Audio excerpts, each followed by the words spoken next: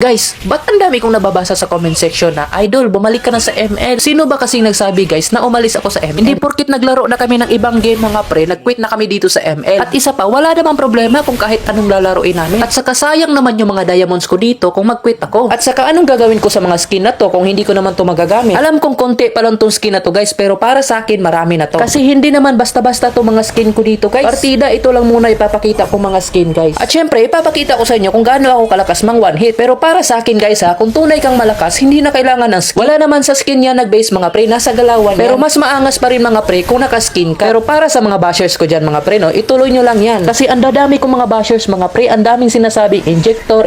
Wala akong pakialam dyan mga pre. Injector na akong injector mga pre. Importante, totoo tong skin ko. At isa pa pre, binili ko tong skin na to mga pre kasi nakaka-one hit ako. Kasi sino ba namang hindi makaka-one hit niyan? Ang angas ng skin. Pero lagi mong tandaan mga pre, hindi skin ang importante dito mga pre. Ang importante sumaya ka sa laro. Hindi naman ako sa nagmamayabang mga parha. Gusto ko lang sabihin nyo mga par, i-clarify ko lang na hindi ako naka-injector. Kasi naman mga pre, sa tuwing gumagamit ako ng chew mga pre, sinasabihan akong injector. Ang dami ko nababasa sa comment section mga pre. At ang isa pa sa problema dito mga pre, no, kapag naka-skin ka mga pre dito sa MLBB mga pre, naglaro ka ng MLBB tapos naka-skinner ka mga pre. Ay nako mga pre, wag kang mag-expect na hindi ka mabash. Kasi mga pre, isang mali mo lang mga pre, sasabihin ka ng skinner lang pala to. Ang ganda ng skin mo pre, pero wala kang galawan. O ano yan? At kapag matatalo ba kayo dito mga pre at kasalanan mo mga pre, hindi pa yan matatapos dyan mga pre. Magchat-chat pa yan sa'yo mga pre at pupunta pa yan sa album mga pre, i-stock ka pa mga pre, magko-comment dyan sa album mo. Tapos sasabihin, alam mo na yun mga pre. Ganun talaga mga pre, ganun talaga ang reality dito sa MLBB na ngayon mga pre. Hindi na talaga maitatanggi yan mga pre. Kaya kung ako sa inyo mga pre, kung ayaw yung malaos yung ML mga pre, ayun pa lang mga pre, itigil mo na ganyang mindset mo mga pre. Kasi nakakasira yan sa laro mga pre. At napapansin mo ba mga pre, unti-unti nang lumilipat ng ibang laro to mga players natin sa ML kasi nga mga pre, nauumay sila sa mga players. Masakit mang isipin mga pre no, pero yun ang totoo mga pre. So hanggang dito lang muna tayo sa mga fighters mga pre, sa susunod na lang yung mga assassin, mga marksman, mga mage natin na skin.